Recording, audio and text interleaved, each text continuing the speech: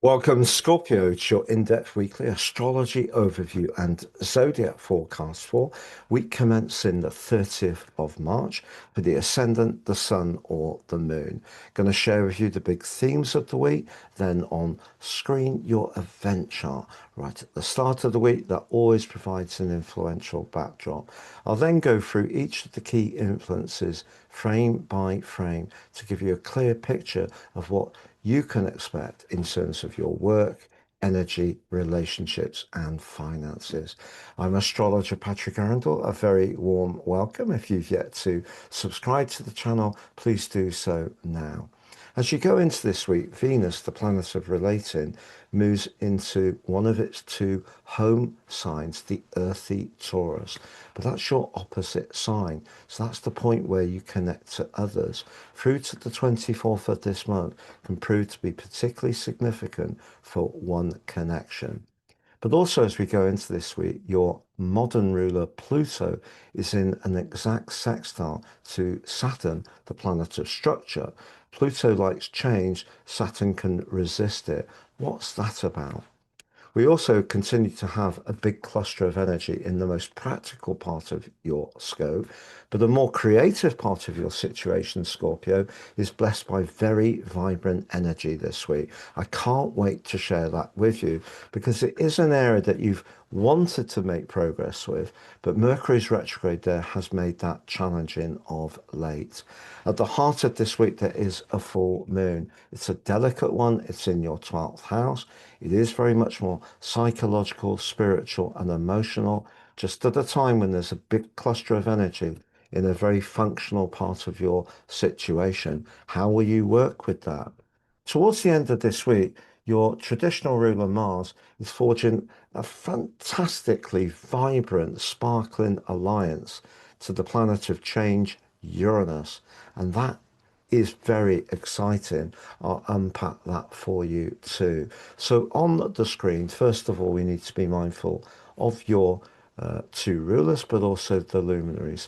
Now, the moon actually starts the week in the practical, precise Virgo in your 11th house.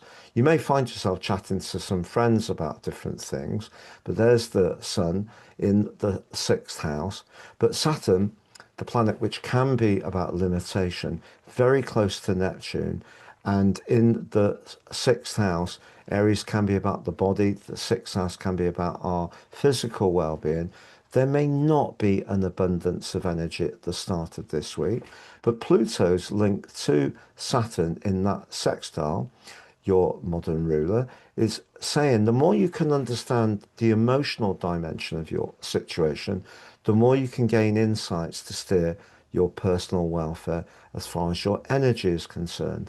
Now, Venus, I mentioned, is going to be moving later on Monday into your 7th house. Now, you've had the restless Uranus there for the last 7 years, all but for those 4 months last year. But Venus moving there could be very prodigious over the next few weeks. If you meet someone new, it could be a friend, it could be a client, it could be a colleague, it may be someone romantically. Your ability to tune into them is going to be enhanced.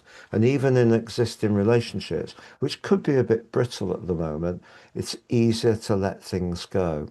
But that 5th house energy that I mentioned has been affected by Mercury's retrograde. So if you have been wanting to be more playful, sociable, or even creative, not everything may have gone to plan from the 6th of February. In fact, it could have been downright exasperating at times. But look at this couple at the top of your chart. Jupiter continues in your sister water sign of Cancer, where he is exalted, right through to the end of June, giving you a desire to open up a little bit and do different things, but is blessed by the part of fortune, and they're both linking back to Mercury. So, whereas you may not always have felt heard recently, or there has been some dialogue, but it hasn't really gained traction, I think that's very encouraging indeed. Now, we do have that full moon on Thursday, so the moon moves into your 12th house. Because the 6th house can be about work and being functional, there may be someone who's inclined to be a little bit two-faced. So watch at work that you ensure that you're approach is very precise and you don't lose concentration, which is possible with Neptune in the sixth house because they could seize on that. They might not tell you, but there could be a little bit of sort of backbiting that goes on. But in a bigger way, thinking about your welfare, if you are feeling drained or less or lower on power than you would like, the moon here is asking you to think about it from the more emotional, spiritual, and psychological dimension. Is that informing how much available vitality you have? It's a question only you can answer. But by the end of this week, Mars, your traditional ruler, moves forwards and links fabulously well to Uranus. If there is someone that comes up on your cosmic radar that you really fancy, even if you are a more cautious type of person, and despite that full moon being in a very tender part of your scope, if you're really getting the green flags, you might find yourself surprising even you and at least making a move to develop a friendship. And Venus being in that seventh house can be very helpful. One thing I would say by the end of this week, Scorpio, if you have got responsibilities and obligations at the moment, which do feel very onerous, and maybe the full moon will flag that. The square between the Sun and Jupiter by the week's end can get you thinking more and more about how you might change things up, even have a little bit of escapism. And why not? It is important to have rest and not always be putting our nose to the proverbial grindstone. I'm going to summarize those four areas of work, energy, relationships, and money. But if you've yet to watch your April deep dive monthly forecast, that's on the screen. Your Saturn 29-year cycle video on the screen. If you'd like to work with me directly, please see the link below and my testimonials. You can also get your free daily horoscope fired to your device for your celestial pit stop each day. Please sign up below. And if you want to order your personal horoscopes, there continues to be 50% off for a limited time. So that recap, relationships I think can be boosted by Venus moving into the seventh house. But at work, if things are out of kilter, don't try too hard to appease someone who might be just a little bit insincere. But I think if you are wanting to improve your vitality or energy, it may be a time to review just how committed you are to certain parts of your everyday world. Because if you can do things that are more spontaneous this week, particularly around your social and romantic situation, which looks bright, it's a good thing to do.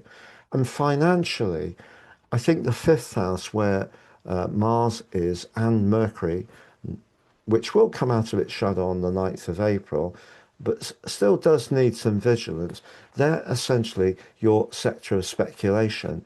And because Jupiter is very much about the deal, Mercury about transacting that deal, I think this could be a very positive week for professional hopes, particularly if you're in sales, marketing, you have your own channel, or perhaps your own enterprise. However, I think looking after the balance of what you output and input is going to be important most of all. Have a great week, Scorpio. It's been a real pleasure being with you. All the best and goodbye.